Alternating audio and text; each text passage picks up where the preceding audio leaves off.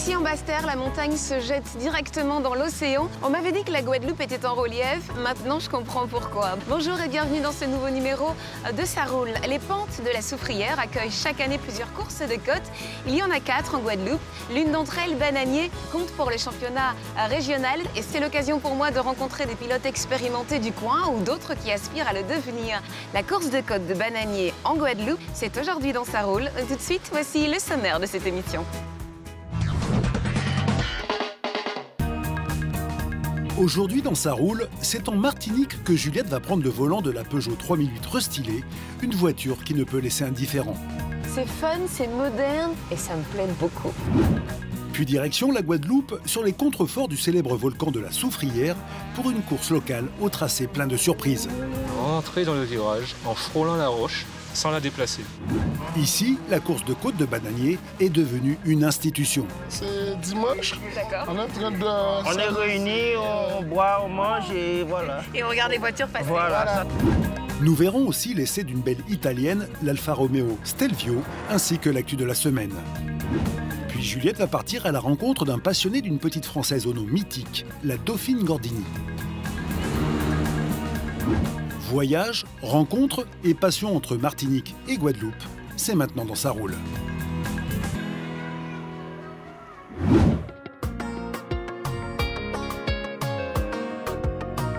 Je suis toujours aux Antilles, il y a toujours du soleil, il y a toujours la mer, il y a toujours plein de cocotiers, bref, il y a toujours toutes les bonnes conditions pour vous présenter la voiture qui va m'accompagner tout au long de cette aventure. C'est la Peugeot 3008.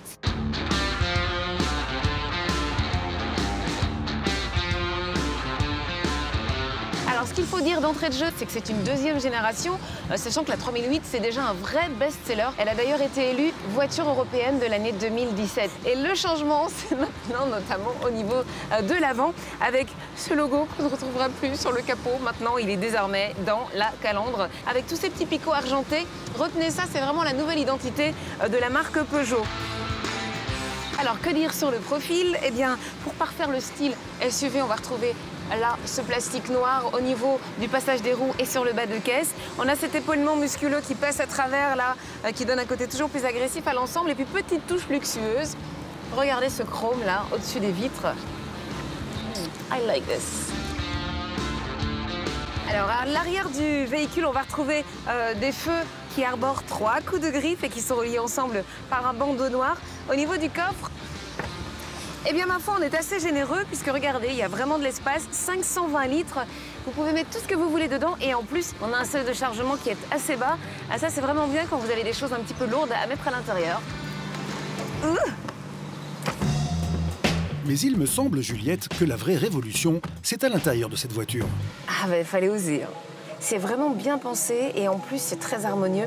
On a cet écran tactile là qui commande quasiment toute la voiture avec en dessous les correspondances en bouton physique. Donc ça c'est top, ça veut dire que c'est vous qui choisissez ce que vous préférez utiliser. La réelle innovation de cette voiture, c'est cet écran paramétrable qui va remplacer les compteurs traditionnels, qui est associé à ce petit volant avec 2 méplats comme ça. Et ça va former le iCockpit. On a des matériaux qui sont vraiment beaux, on a du cuir au niveau du volant, on a un noir un peu gris anthracite qui fait très masculin mais qui me plaît. Et puis alors j'aime beaucoup le contraste avec le haut du cockpit parce que pour le coup on se croirait également dans un, voilà, c'est dans un avion. Et ce blanc là contraste bien avec ce noir et ce gris anthracite. Je trouve que c'est fun, c'est moderne, c'est 3008 quoi. Et ça me plaît beaucoup. Il n'y a plus qu'à tester. C'est parti. Ce qu'on peut dire d'entrée de jeu, c'est que le 3008, il est agréable à conduire. Et on est très bien assis dans cette voiture. D'ailleurs, on est tellement bien assis qu'on a plus l'impression d'être dans une berline alors qu'on est dans un SUV. Mais voilà, ça c'est les secrets de confort du 3008. Autre secret, mais qui n'en est pas vraiment un, c'est la tenue de route réputée des Peugeot. Alors la 3008, fidèle à la réputation, Juliette? Alors j'avais un peu peur d'utiliser une voiture comme ça dans un endroit où les routes sont assez sinueuses. Mais en fait ça va parce qu'il y a une bonne stabilité. Donc moi je me sens en sécurité. Puis alors on a un châssis qui est parfaitement réglé, donc qui combine vraiment très bien agilité et confort. Mais Juliette, ce fameux tableau de bord en hauteur, tu en penses quoi? Ça vous permet de ne pas quitter la route et d'avoir les informations assez rapidement, c'est un vrai confort visuel. Moi, j'ai toujours un souci à chercher les informations un peu partout, et là, on les a direct. Ça, c'est vraiment bien pensé. L'iCockpit, c'est vraiment une réussite. Et il faut préciser que nous sommes sur la finition active, soit le niveau 2 sur les 5 proposés, mais toutes les 3008 en sont équipées. Alors c'est vraiment ça les Antilles, c'est assez impressionnant. On passe d'un moment, d'une minute où il fait chaud, le soleil brille, et puis d'un seul coup, ça se couvre de nuages, et la pluie commence à tomber. Et donc, du coup, la chaussée est glissante, il faut faire attention. Eh bien, prudence Juliette, et profitons-en pour écouter ton morceau choisi aujourd'hui. Le morceau que je vais vous faire écouter s'appelle Tifi Congo. C'est un très très joli morceau. Et en plus, c'est bien de l'écouter quand on conduit comme ça et qu'il pleut un petit peu. La route est longue devant toi, Tifi Congo, Tifi Congo. Ton village brûle derrière toi, ton enfant dort sur ton dos.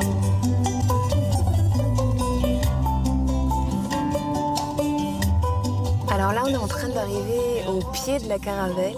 La Caravelle, c'est un endroit que j'aime beaucoup. C'est une presqu'île du nord de la Martinique qui s'étend sur environ 12 km. Et c'est très prisé par les randonneurs parce que ça serpente beaucoup, c'est très en relief, donc c'est assez physique. Et en plus, c'est une réserve naturelle depuis 1976.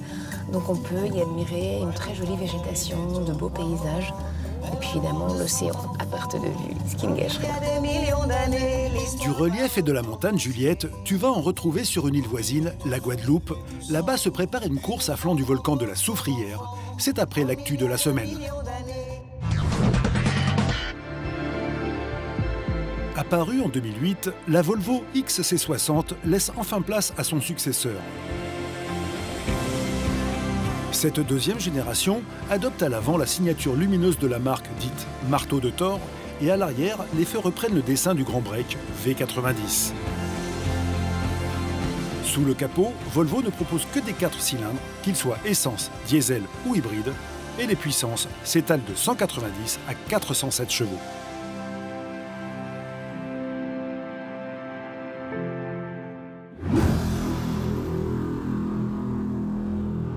La Swift est un des cartons de Suzuki. Pour sa remplaçante, le japonais mise toujours sur son look atypique et sur son équipement qui s'annonce complet. Pour réduire la consommation, la Swift fait appel à une assistance électrique lors des démarrages et des accélérations. Commercialisation courant 2017. Toyota et le fabricant de jouets Tonka, spécialiste de l'engin de chantier miniature, s'associent et créent un modèle unique, le Hilux Tonka. Spécialement équipé pour aller se balader dans les dunes et autres immenses bacs à sable naturels, il a droit à un équipement spécial comme des suspensions rehaussées ou des roues de 35 pouces. Côté moteur, on retrouve un diesel tiré de la grande série, le 2,8 litres turbo de 170 chevaux.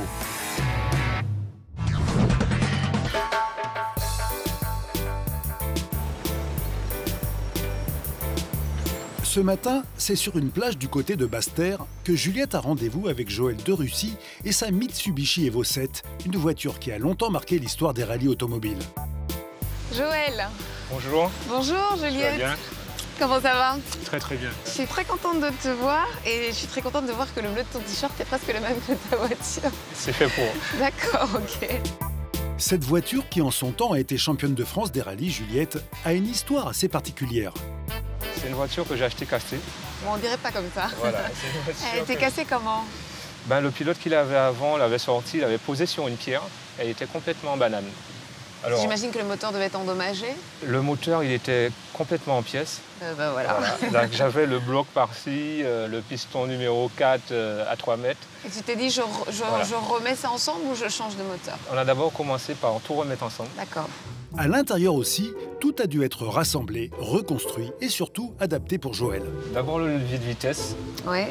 il m'a été fait sur mesure. Donc tu veux que le levier de vitesse soit accessible Voilà. rapidement quand tu veux passer tes Rapidement. vitesses. D'accord. Mais l'accessoire le plus étonnant, Juliette, se trouve sur le tableau de bord. Ça, c'est pour casser la vitre, La vitre, en cas de problème. en cas de problème. Ok. Si on atterrit carrément sur un arbre et que la porte ne peut pas s'ouvrir, D'accord. donc il faut casser la vitre. Ok. On en a déjà eu qui sont tombés aussi dans les rivières, donc il faut aussi casser Pour la pouvoir sortir de la Voilà. voiture. Arbres, ravins, rivières, aux abords du célèbre volcan de la Soufrière, les dangers sont multiples. Un repérage est donc indispensable, mais aujourd'hui, pas de voiture de course. Juliette, on est au départ de la course de côte de Bananier. Cette course ne fait que 1,5 km, mais déjà à 40 mètres du départ, le premier piège. Tu vois qu'il y a un rocher là. Ok, ouais, il y a un gros caillou, effectivement. Il y a un gros caillou. Alors ça veut dire que quand j'arrive, qu'est-ce qu'il faut que je fasse? Alors, il faut que tu sois complètement à l'extérieur du virage. Donc je prends large. Très large. Ok. Pour les meilleurs qui arrivent à le faire, se mettre pratiquement là où nous sommes. Ok. Et rentrer dans le virage en frôlant la roche sans la déplacer. Un peu plus loin, sur cette route qui servira de piste demain, de fortes pluies ont laissé des traces. Il y a une coulée d'eau qui vient de là-bas, c'est ça? Ça Voilà, s'écoule depuis voilà. là-bas. Sur une dizaine de mètres carrés, c'est bien mouillé. On fait comme si de rien n'était. Qu'est-ce que c'est la marche à suivre? Rester à l'intérieur, doser le coup de volant comme il faut.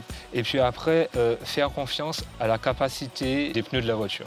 D'accord. Donc ça veut dire qu'en fait, je ne ralentis pas, je ne change rien à ma vitesse, c'est ça? Non, non, on ralentit pas, on ne change rien. Ok. Et Après, si je ça veut dérape, pas si dire. je glisse. Il faut attendre que ça glisse. Tant que ça glisse après, pas, on verra. on verra. Ça, c'est bien, c'est positif. C'est Voilà. optimiste Voilà, même. voilà. Bon, ben, on continue. On continue. Alors, on est quand même sur un terrain qui est vraiment très escarpé et où il n'y a pas forcément de garde-fou sur la droite. Du coup, est-ce que ça fait que tu prends peut-être moins de risques que s'il y avait des garde-fous? On se concentre sur la route. Et sur cette route, on doit aller le plus vite possible. Point très. Peu importe ce qu'il y a de chaque côté de la route. Voilà. Puisque bon, tout un chacun a sa perception du danger. Ça, c'est sûr, oui. Nous n'avons pas la même. Par exemple, moi, je me sentirais plus à l'aise d'aller vite avec 2 montants de chaque côté.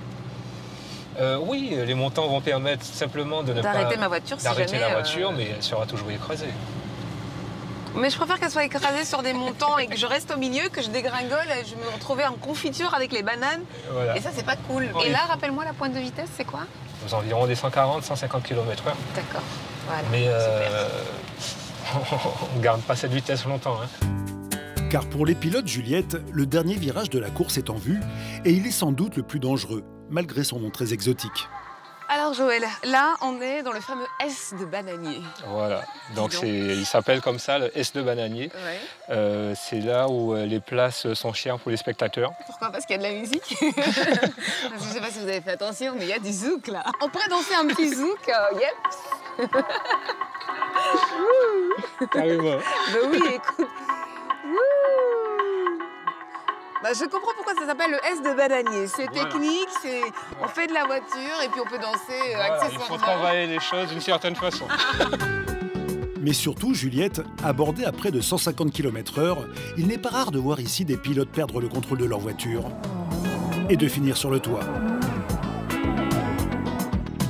Le départ de cette course est pour demain, le temps pour nous de regarder l'essai de l'Alfa Romeo Stelvio par Stanislas Laroumet.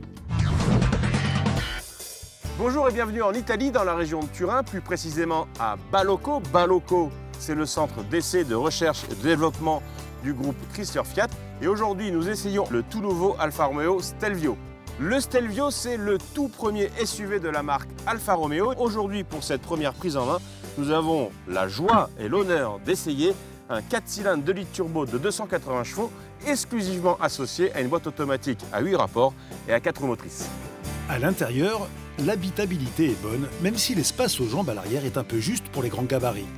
Le volume du coffre est de 495 litres et peut même atteindre 525 litres sans roue de secours.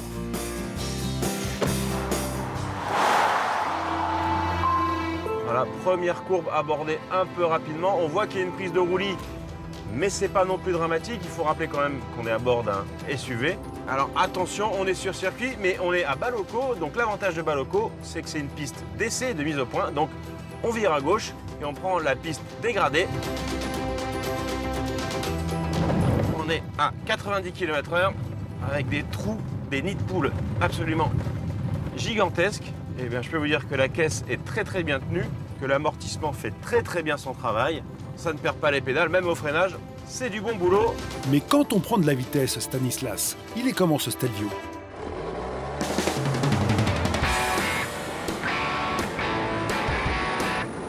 Nous sommes maintenant sur le circuit rapide de Balocco, où on peut mettre vraiment la voiture à très rude épreuve. Ce que je peux vous dire, c'est que les ingénieurs d'Alfa Romeo ont très bien travaillé, puisque dynamiquement, ce Stelvio n'a rien à envier à un Audi Q5.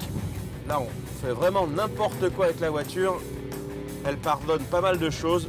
Les pneus Michelin de notre version d'essai offrent un excellent grip, malgré la piste légèrement humide par endroits. On prend beaucoup de plaisir au volant et on a hâte d'essayer la version quadrifolio de 510 chevaux. On peut donc dire que ce Stelvio est bien né. Il est à la fois performant, dynamique et confortable. Merci Stan et à bientôt.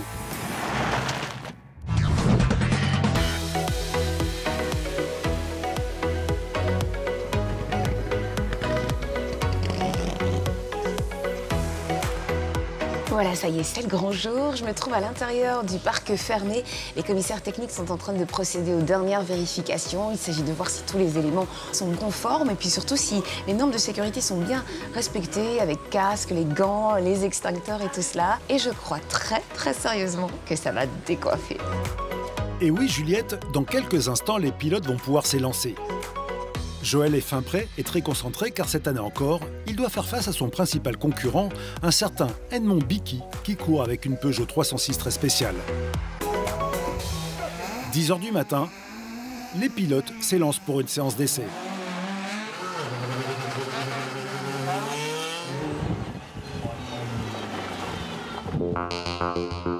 Mais très vite, problème sur la voiture de Joël et un mécanicien doit intervenir. Alors Joël, on t'a vu, t'avais des petits ratés. Est-ce que tu peux m'expliquer de quoi il s'agit? C'est rien de grave, j'espère. Là, ce qui s'est passé, c'est qu'on a eu des coupures. Carrément, on arrive en pleine puissance et d'un coup, ça coupe, on n'a plus d'accélération. D'accord. Donc là, je fais confiance à mes assistants. Ils m'ont dit que c'est la pompe à essence qui est défaillante. Donc là, ils vont me la changer. C'est bon, tu as toutes les pièces qu'il faut? Ouais, normalement, on a toutes les pièces. Si c'est la pompe à essence, on l'a. Et puis, moi, de mon côté, je fais de sorte de rester super concentré. Et puis, je ne vais pas lâcher l'affaire. Ici, tous les pilotes sont des amateurs, mais ils abordent cette course régionale avec beaucoup de conviction. Le vainqueur sera celui qui fait le meilleur temps dans une des 3 montées prévues dans l'après-midi. Bon ben voilà, on dirait que les choses sérieuses commencent pour Joël. Il est sur la ligne de départ et le départ c'est dans 20 secondes.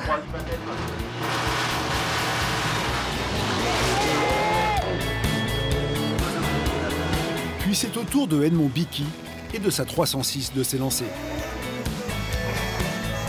En 1 minute et 13 secondes, Joël est deuxième de cette première montée. Edmond Bicky et sa 306 font 2 secondes de moins. Alors moi je suis épatée par votre voiture, parce que je vais dire ça comme ça, c'est peut-être pas très gentil, mais de loin elle ressemble à pas grand chose et quand on la voit rouler, je suis impressionnée. Je me suis laissé dire qu'il n'y en avait que 3 au monde comme ça, c'est vrai?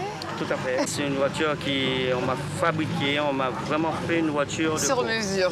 Alors je sais que c'est une 306, qu'est-ce que vous pouvez me donner d'autre comme info? Alors on va dire une 306, mais c'est vraiment une voiture d'usine, avec des moteurs d'usine, il y a tout dessus, c'est une Evolution 10. Oui. Mais c'est une voiture très performante pour vraiment des rallyes et des courses de côte.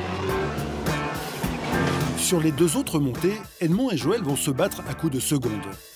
Mais cette course reste une fête locale et ici les pilotes sont presque des copains. Alors quels sont les pronostics, Juliette? Vous avez des pilotes favoris? Non, en principe, c'est Bicky. Bicky, c'est lui le plus fort. D'accord. C'est Vous supportez le plus fort? Oui. D'accord. Enfin, les petits aussi. D'accord. Vous supportez les plus forts et vous encouragez les plus faibles? Ça dépend comment ils D'accord. Il y a conduisent. une voiture qui va passer là, on dirait, non?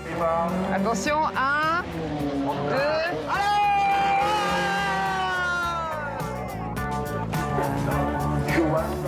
Vous êtes les fils de la maison, c'est ça? On est en famille, c'est dimanche. D'accord. On est en train de... On est réunis, on boit, on mange et voilà. Et on regarde les voitures passer. Voilà, ça se passe Et bien. en Guadeloupe, C'est une tradition. De boire, de manger, de s'amuser. En famille. Ça fait combien d'années que vous regardez comme ça la course de côte? Ça fait plus de... Ouais. Ça fait... D'accord.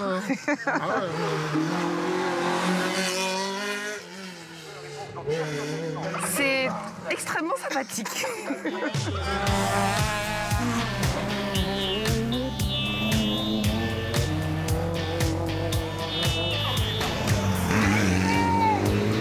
À l'issue des 3 montées, Joël se classe 2e. Il n'a rien pu faire face à Edmond et sa 306.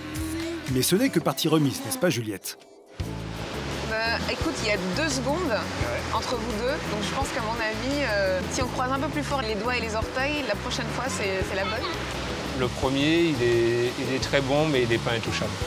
Ouais, la prochaine fois, il a intérêt à venir correctement. Dit-il d'un ton menaçant. Bon, Joël, en tout cas, bravo. Ouais. Je vais te laisser aller fêter ça en famille. Avec tous Et puis, bon, moi, je vais m'en aller vers d'autres aventures. C'est super. Et oui, Juliette, à quelques kilomètres d'ici, un vrai passionné t'attend avec une voiture qui a fait rêver toute une génération. C'est après les perles du net. Les chiens adorent être en voiture avec nous, mais maintenant ils ont aussi le droit au confort. Ils ont le droit, eux aussi, de profiter du plaisir de conduire une belle voiture. Eh bien, offrons-leur un panier de luxe, un panier en forme de voiture allemande avec ventilateur intégré pour retrouver leur sensation préférée. Même les couleurs et la finition de ce modèle de BMW peuvent être personnalisées pour être en accord avec le style de votre chien. Maintenant, la BMW D-Drive n'est plus seulement pour les conducteurs. On vous rassure, c'est une blague. Vous avez envie d'avoir un bolide digne de Mad Max? Pour vous la jouer comme Tom Hardy ou Mel Gibson sur les routes, afin de faire régner l'ordre? Bon, c'est juste pour le fun, hein, parce que voici un Death Kart. C'est comme ça que s'appelle cette Nissan transformée par les employés de ce garage qui, visiblement, ne s'occupe pas que du contrôle technique. Et elle marche plutôt bien.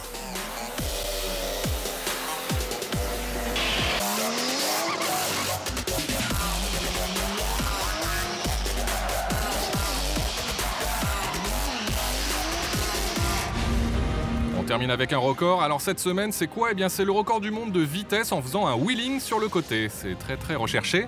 Et donc c'est en Finlande qu'il fut homologué ce record avec 186 km/h. Les pneus sont solides et le cœur du pilote aussi.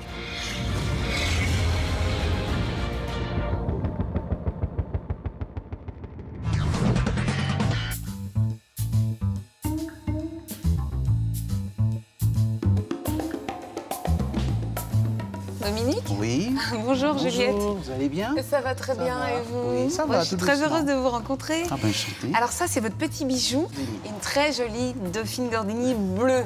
Tout Toutes ce qui les est Gordini étaient Gordini, comme ça, la avec des bonne- bandes Le blanches. bleu et la bonne blanche. D'accord. Ça a Waouh. toujours été. C'est un mythe. En revanche, ce qui n'est pas d'origine, sur cette Gordini Juliette, c'est à l'arrière, sous le capot moteur. Alors, montrez-moi. Ah ben oui, voilà. J'ai changé le moteur. Hein. J'avais un 850 avant, mais comme j'aime tout ce qui est puissant, Oui, j'ai vu j'ai ça. mis un 1300 dessus pour m'amuser, pour que ça avance plus fort. D'accord. Et Voilà. ça avance bien, plus Ah, fort? ça déboule. Ça va. Ah, j'adore. Ce qui m'interpelle, c'est que tout est nickel, c'est neuf. C'est neuf Ah parce que c'est un oui. moteur neuf ou c'est neuf parce que vous Alors, aspirez? c'est un moteur d'occasion, Oui. refait, mais j'ai quand même repeint certaines parties. Il faut D'accord. quand même que ça soit propre. La voiture Ok, est, oui, non, elle je est belle. vois, ouais. Il faut que ça suive. Bon, Dominique, moi, vous savez quoi? J'ai envie d'essayer vos sièges Il baquets. n'y a pas de problème. Je rêve de m'installer là-dedans depuis que je les ai vus. Vous m'emmenez faire un tour? Je veux bien. Allez, c'est parti. Allez, Titine, on y va.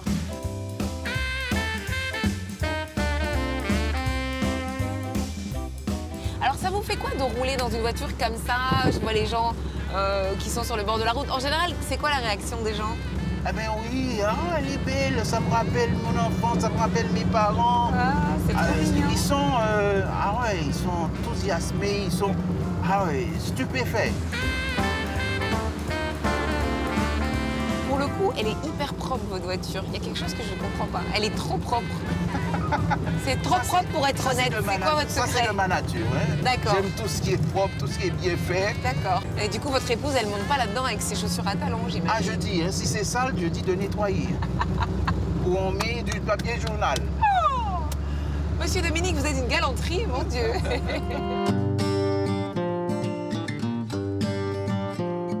Alors, vous faites des courses? Vous participez à des courses? Non, je ne fais pas. Là, c'est des Participez à promenades. des choses. Des Ah, promenades. c'est tranquille. Ah non, tranquille, C'est en promenade. mode champêtre. Voilà. On ne bouscule pas la titine, on l'aménage. Ah oui, là, j'ai tout fait pour qu'elle soit bien.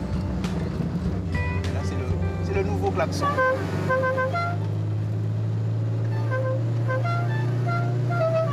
Ah, j'adore. En tout cas, j'aime beaucoup votre voiture parce que vous avez vraiment fait le bon équilibre entre la tradition et la modernité.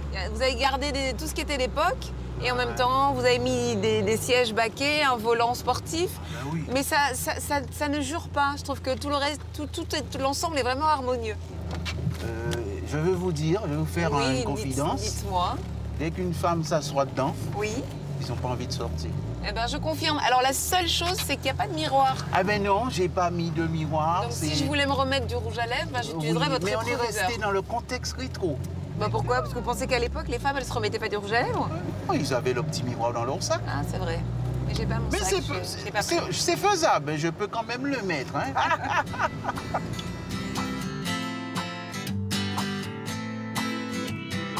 Merci beaucoup, Dominique. J'ai adoré ma balade. Merci, le plaisir a été pour moi. C'est un plaisir partagé, en tout cas. Au revoir. Au revoir. Merci bien et à bientôt. À bientôt. Voilà, c'est ici que se termine ma balade. C'est aussi la fin de cette émission, en espérant qu'elle vous aura plu. Continuez de nous rester fidèles. Ça va encore bien rouler cette semaine.